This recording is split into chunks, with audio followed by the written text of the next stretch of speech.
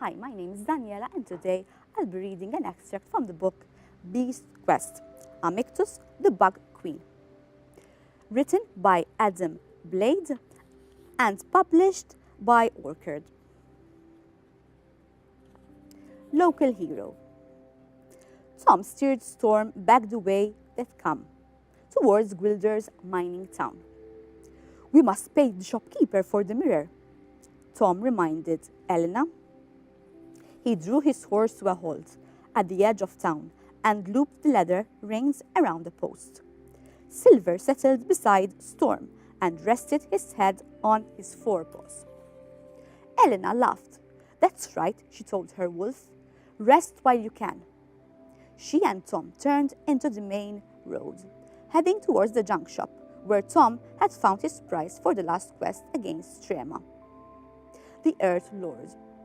A diamond-encrusted mirror to go with the pearl, gold ring, pair of gloves, and set of scales that he had retrieved on earlier quests. "So how are you going to tell the shopkeeper that you can't give the mirror back?" Elena said. "What if he'd rather have Storm instead?" "When he sees the diamond from the mine, he'll forget everything else," Tom assured her. He patted his pocket to make sure the diamond was still there. Tom noticed Elena turn to study a group of people on the street corner, who were watching Tom and Elena as they passed. Their mouths hung open, slack-jawed. One man pointed a trembling finger and whispered something to the person next to him. "Why are they staring at us?" Elena hissed. "They hardly noticed us when we were here before." "I don't know," Tom replied. He looked over at his side of the street and saw a woman hanging out of an open window, gazing down at them. "It's him!" the woman cried. "It's really him!" Her head disappeared and the window slammed shut. Moments later, she appeared at the door of her house and ran into the street. Her 3 children followed, calling out with delight. The woman grabbed Tom by the arms and peered into his face, her eyes ranging over his features. Gently, Tom prized the woman's fingers from him. "I think you're mistaking me for someone else," he said. He carried on walking and looked over his shoulder. The woman was still watching. Other people had wandered out into the street, all staring. "Come on," Elena said, breaking into a run.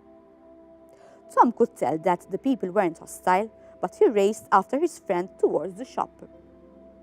"The sooner we begin the quest, the better," he muttered. A bell clattered above their heads as Tom and Elena opened the shop door. Abandoned objects and careworn furniture littered the shop. The shopkeeper was still sitting on the same stool he had occupied during Tom and Elena's previous visit. But now he held something in his hands, a leather-bound book. When the man looked up and saw Tom and Elena, he jumped to his feet and hobbled quickly towards them. His face split into a wide grin. "Welcome, welcome," he cried, dusting off a nearby bench and steering Tom towards it. Hesitantly, he and Elena sat down.